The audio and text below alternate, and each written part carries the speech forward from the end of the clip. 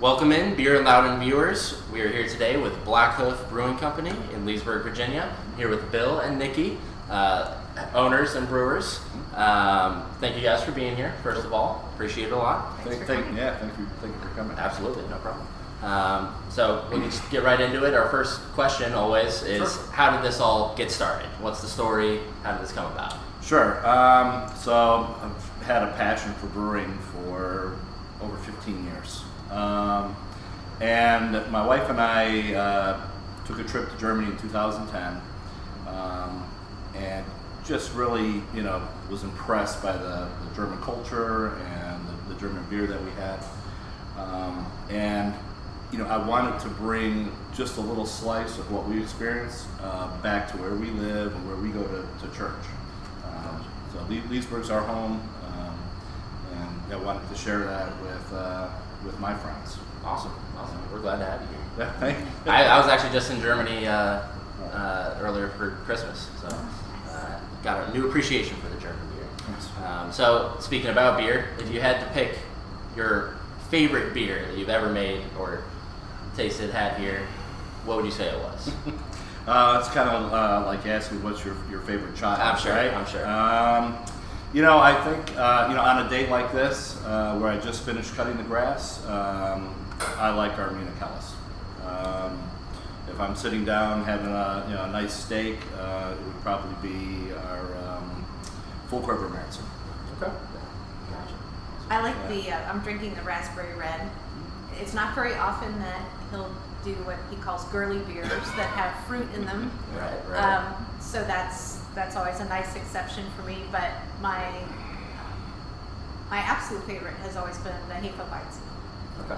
I've always liked that style in general, and we have the Virginia's gold medal award-winning Hefeweizen. So Wow. Impressive. can't beat that. Yeah. Awesome. And we do brew in accordance with the German food purity law, which is the Reinheitsgebot. Okay. So all German beers are just grain, water, yeast, hops, and we naturally carbonate them too. Awesome. Love to hear it.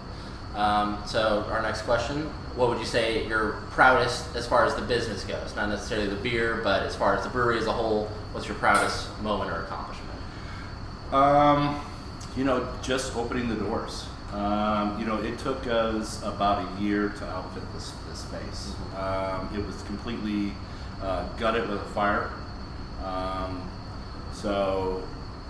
And just having about 98% of my vision when we were finished with this project.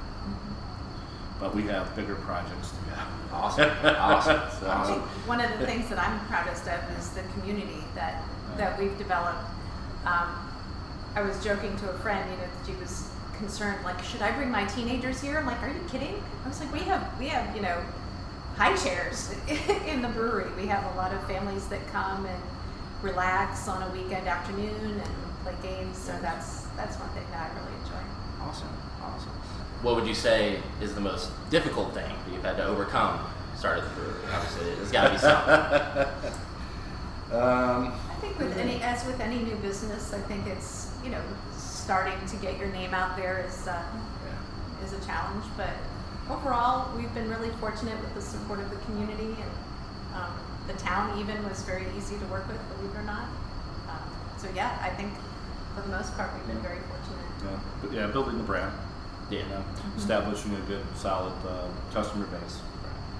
So you spoke a little bit about how doing a fruit beer is sort of a unique thing for you all, and we talked a little bit about how it's more of a traditional German-style beer brewery. So how does that affect the brewery as far as clientele and sort of going against trends, you could say, especially in the local beer scene in Loudoun County? Can we answer that one? Sure. You can feel that one.